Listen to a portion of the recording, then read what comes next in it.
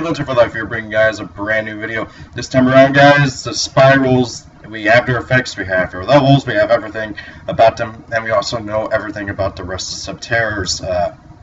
So it appears that the rumor that Konami is going to give each archetype 4 cards each instead of one getting 5 and the other getting 3, which was stupid. Okay, like it's really hard to flesh out an archetype in a set number of sets when you only give them 3 cards in a set. So the fact that now they're doing it 4 for each is really nice, and it's going to allow Konami to give more cards to these archetypes and hopefully make them really balanced out among each other.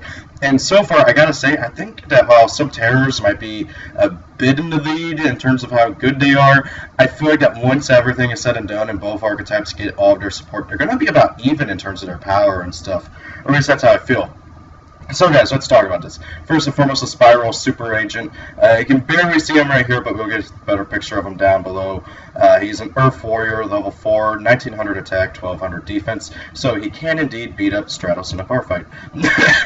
If this card is in your hand, you can declare 1 card type, monster, spell, or trap. Reveal the top card of your opponent's deck. And if you do, special summon this card if it is a card of that type. If this card is special summoned by the effect of a Spyral card, which can include itself, you can target 1 spell trap card your opponent controls, destroy it. You can only use each effect of Spyral Super Agent once per turn. So I really like this card. He's 1900. He's level 4. He's apparently supposed to be like the main star of the deck, I suppose. Not really so much the main boss monster, but I gotta guess the boss monster. He's good, but however, he's honestly the big thing that he's good, but he's only going to be better in slower formats because getting the pop a spell trap card. The issue is that in the big decks, I mean, Cosmo's the only continuous spell or trap or heck anything that they play really, unless it's Cosmo Demise. The only thing to play really is Cosmo Town, and you don't want to pop that because they're just going to get a search off of it. And unless it's Cosmo Demise or Demise Cosmo, whatever you want to call it, then yeah, they'll have more back row. But really, unless it's a Demise deck, most decks nowadays don't really play very much back row. So, recently I'm talking about like meta decks, lower tier decks. Of course, they play a decent amount of back row. So, just right off of this, as the main boss monster deck, he's good in terms of his stats and everything. I like it that he can just summon himself really. But I kind of wish he could pop a monster or something instead of a spell trap card. I feel like that'd be a lot better. Next up, Spyral Gear Drone, this thing right here. I thought this would be a spell card, but no, it's a monster. Wind Machine, level 1, 100 attack, 100 defense. If this card is normal or special summon, you can look at the top 3 cards of your opponent's deck, and if you do, place them on top of their deck in any order. So it's kind of like a spell book of... crap, what is it called? There's a spellbook spell card that has that exact same effect, except you look at the top 3 cards of your deck. So that's kind of nice. And also, obviously, combo swell with this, and that's like the whole theme of this deck is like knowing what your opponent's going to have. So cards like Mind Crush and Drop Off, stuff like that, are going to be really good in this deck. During either player's turn, you can tribute this card and target 1 Spyral monster you control. It gains 500 attack for each card your opponent controls. You can banish this card and 1 Spyral card from your graveyard to target 1 Spyral Super Agent in your graveyard. Add it to your hand. So, not only can you just pump up your Super Agent, and I think that's going to be the main win condition until they get more stuff, is just pumping up Super Agent and going for a crap ton of damage. Because this guy is a machine, so you're going to be able to machine duplication him, use all 3 of their effects, and then just make him super high. Like, if you're, let's say you're going against Pendulums that have 5 monsters on field, then they would have 2 Pendulums, and let's just say it's like Odd Eyes or something, they have Skyrus. So that would be 8 cards on field. If you use all 3 drone's effects to give Super Agent 500 more attack power, that would be, where's my phone? So let's see, that'd be 5 times 8, so that'd be 4,000 attack for, 500 times 8, yeah, that'd be 4,000 attack for each drone, which would make Super Agent, let's see here, that'd be, it'd be over 12,000. Yeah, it'd be, like, way over, I mean, like, it'd be, like, 12, I think it'd be, like, 1, 2, 1, 9, 8, you know, I'm gonna double check this. I want to double check this because this is a crap ton of damage we were talking about. So 500 times 8. That'd be, yeah, that's 4,000 definitely. Times 3 of these guys. So that'd be 12,000 plus 1,900. I'm bad at math, guys. So that'd be 13,900 damage that you could do with your super agent. So that's a crap ton of damage. You would be, like, just about anything you hit, it would be an OTK. So yeah, that is awesome. I really do like that. And then we have an equip card, Spyral Gear Big Red. Equip spell card. I thought it would be a trap card or something, but it's an equip spell. Activate this card by targeting one Spyral monster in your graveyard, special summon it, and if you do, equip this card to it. It cannot be destroyed by battle, and you can only activate one Spyral Gear Big Red per turn. So it's a premature return, or no, premature burial, I can't remember what it's called, but the equip card that brings back a monster by paying 800 life points. So yeah, it does have the effect of a ban card. That is very interesting, and I can't help but wonder if they're going to have any way to get stuff back. And it kind of looks like it's a rare, I can't tell. I know Spyral Super Agent, so I can ultra or something. The rarities are all down below, and we'll take a look at those as well. And then we have the last Spyral card right here, Spyral Quickfix. He's an Earth Machine, level 1. He's a level 1 just like Drone, which kind of makes me hope that this deck gets a rank 1. Which would be nice. Level 1, 500 attack, 400 defense. If this card is in your graveyard... Sorry, skipping over his full first line of text. If this card is normal summon or special summon, you can add one Spyral Gear card from your deck to your hand. So you can search out the spell and trap cards, and also the drone. So pretty much anything other than Spyral Super Agent. I kind of hate it how you can't grab Spyral Agent, but oh well. So you can grab basically right now Gear and Drone, which is nice. If this card is in your graveyard and you control Spyral Super Agent, you can discard one card, special summon this card, but banish it when it leaves the field. So this guy, he's a machine dupe target. You can activate his effect 3 times to just search 3 times, and heck, his other effect is also not once per turn. So theoretically, in one turn, you could search 6 cards with this guy. If you like machine dupe him, you know, search. Because the first one will get you something, and the 2 that you special summon to get you something, and then let's say they all go to grave, and that one turn, like let's say your opponent Tarantulas or something, then you special summon the crap, what's his name? Super Agent, and then oh hey, you have 3 cards in hand, discard all 3, special summon all 3 Quickfix, and and then you get 3 more searches. Oh god. I want to build a rank 1 spam deck with this guy and Spyral Gear Drone along with like just other stuff, because this a rank 1 spam deck, oh god, it's gonna be awesome. So now that we get to the Subterrors, this guy right here, Subterror Nemesis Warrior. If you look at him, he's got a sword, he's got like brownish hair. This deck is freaking Shadow of the Colossus. I swear it is Shadow of the Colossus. Okay.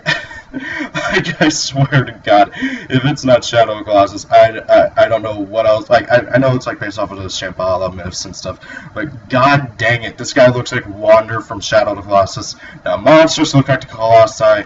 The Hidden City looks like the giant church thing in Shadow of the Colossus. It's freaking Shadow of the Colossus. I'm sticking with that until somebody proves me wrong. So, Subterror Nemesis Warrior, Earth level 4 Warrior, 1800 attack, 1200 defense. I love it how this guy has almost the exact same stats as a Super Agent over here.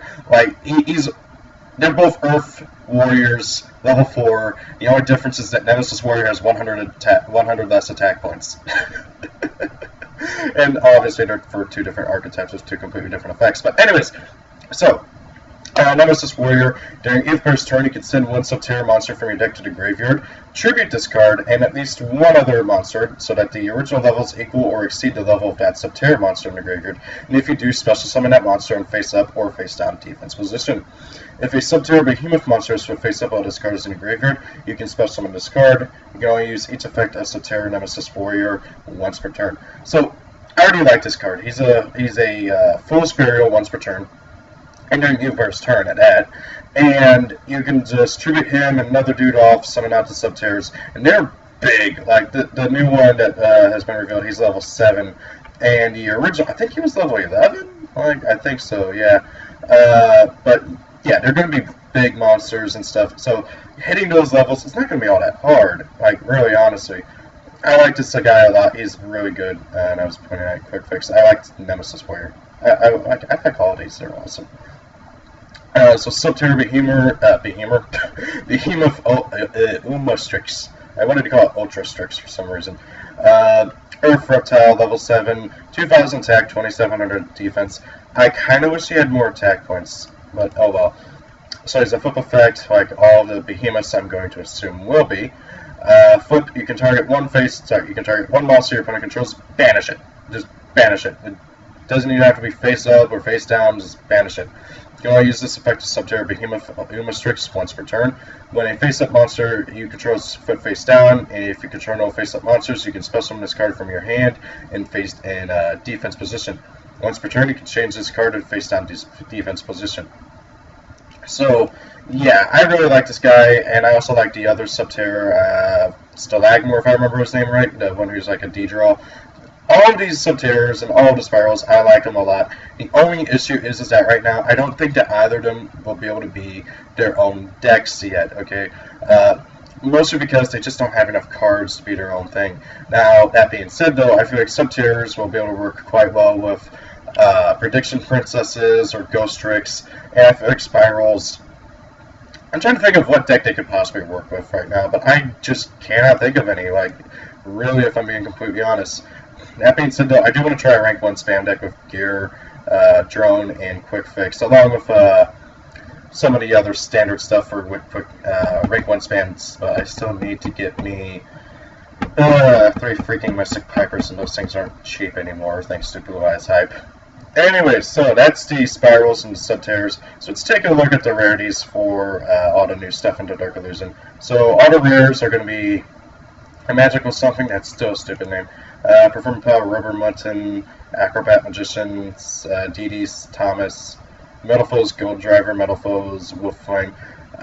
From the looks of it, all the Metal Foes, if I remember right, are very high rarity, which is surprising. Looks like the Triman Hunter, Triman Master are both rares.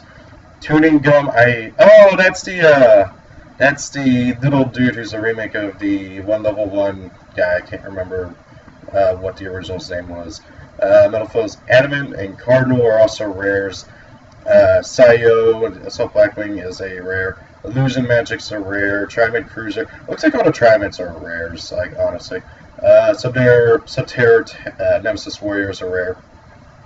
Spyral, Quickfix, Drone, and Big Red are all rares. So Spyrals are going to be pretty cheap for the most part. Supers, Magician of Dark Illusion. So I believe that's the new version of Dark Magician effective inverse stats. Magician's Rod, I still think that name is stupid. Toon Dark Magician, Amaterasu, Spellstrider, Assault Blackwing, Onimaru, the Thunderbolt. Cool! I like that. Ebon Void Magician, which is weird that they would make the new Xyz a super. Lunalight Perfume is going to be a super, which is nice, which would be too hard to get. Metamorph Formation and Metalfoes Fusion and Combination will all be supers. Number 81, Super Dreadnought Rail Cannon, Superior Dora, and Burgostoma Anomalocaris. By the way, the Burgostomas are no longer called Burgostoma, because you can see them in some of the pictures down here. Trying to find them. I know they're down here somewhere. Where are you? Aha! They're called Paleozoic, which I actually like a lot more. Paleozoic kind of makes more sense since they're supposed to be like ancient deep sea animals and stuff. So yeah, the boss monster for Paleozoics is going to be a super. Ultra's Masterpiece, the True Draco Slayer. I'm honestly curious if people are actually going to play that. Like, it's really good, so I don't know why they wouldn't. Anivazid, the Vanisher, the True Draco Ruler, he's also a Ultra for some reason. Shiranui Sage, that's the Shiranui monster that makes Shiranui's good. He's an Ultra, which kind of sucks. Block Dragon's an Ultra for some silly reason. Tyrant, Red Dragon Archfiend's an Ultra, so yay! That's awesome. Endless Trap Hole, Pendulum Hole, Premature Return, Spyral Super Agent, and the 2 Super Subterror Behemoths are both Ultras as well. So the main Spyral dude and the boss monsters of the Subterrors are Ultras, which really sucks. Nirvana High Paladin is a secret, Pearl Dragon's a secret, Dark Magical Circles is a secret. Cosmic Cyclones is a secret. Bond of Desires is a secret. I don't really care about that. Magical Navigation is a secret. Examination is a secret. I don't remember what Examination is. Is that a TCG exclusive? Let's search that up. Let's search that up. Yeah. Okay. When the opponent's monster declares an attack, look at their opponent's hand. If they have a monster in their hand, negate the attack and discard one monster from their hand. Well then! That is a thing.